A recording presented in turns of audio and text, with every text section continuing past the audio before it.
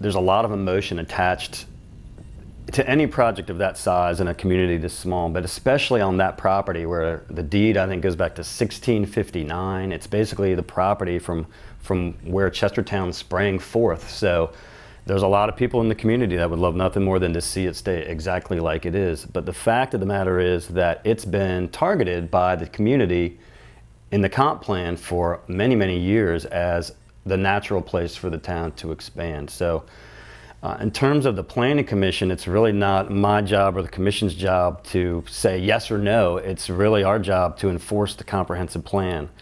And the comprehensive plan that I was given when I joined this commission clearly had Stepney as the next place for development on a significant density scale.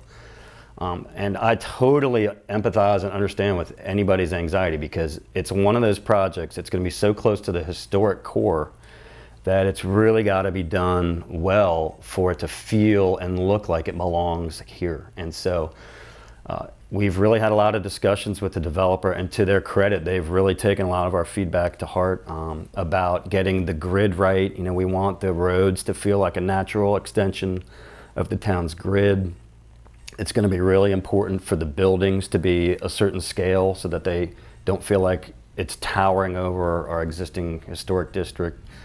We want it to be pedestrian friendly. We're trying to get some open space in there. We want to incorporate Radcliffe Creek and open up some water access for the community. And so, you know, these are all really important issues that take a lot of time and a lot of hashing out to get right.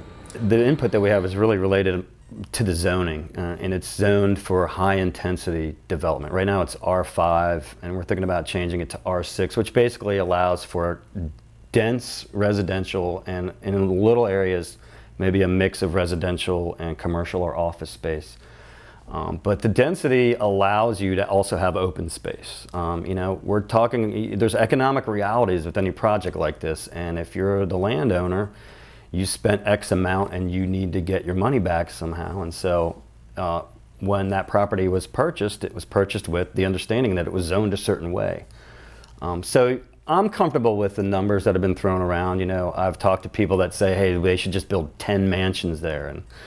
But the reality is that I don't know that it's headed in that direction. And so, you know, we're just doing the best we can to make it look and feel like it belongs in town. Right now what's happening is the town is funding a consultant to come in and work sort of as a third party with the Planning Commission and the developers to take the best elements of their concept plans that have already come before us and see if we can't finesse them a little bit more and come up with a design that looks and feels right. And I am optimistic that if that comes to pass, that it will be a nice solution for everybody. And to be honest, you know, you have to ask yourself the question, if Chestertown is going to grow, where should it grow first?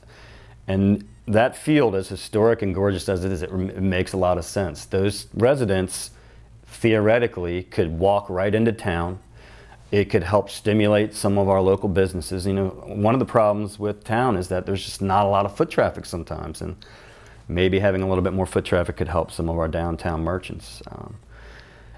You know, the inclusion of Radcliffe Creek could open up waterfront access to residents, which we could always use.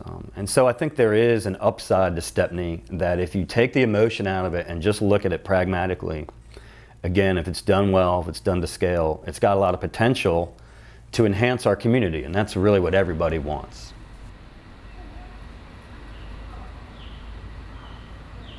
Well, it's a process that's been going on for over a decade, and it's taken forever, and it's because there's so many little, you know, you literally have to go block by block and say, is this zoning outdated?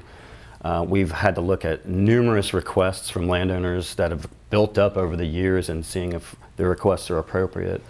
And then at the end of the day, you have to create a new ordinance where there's a lot of very technical things that need to be written out, and that all just takes a lot of time.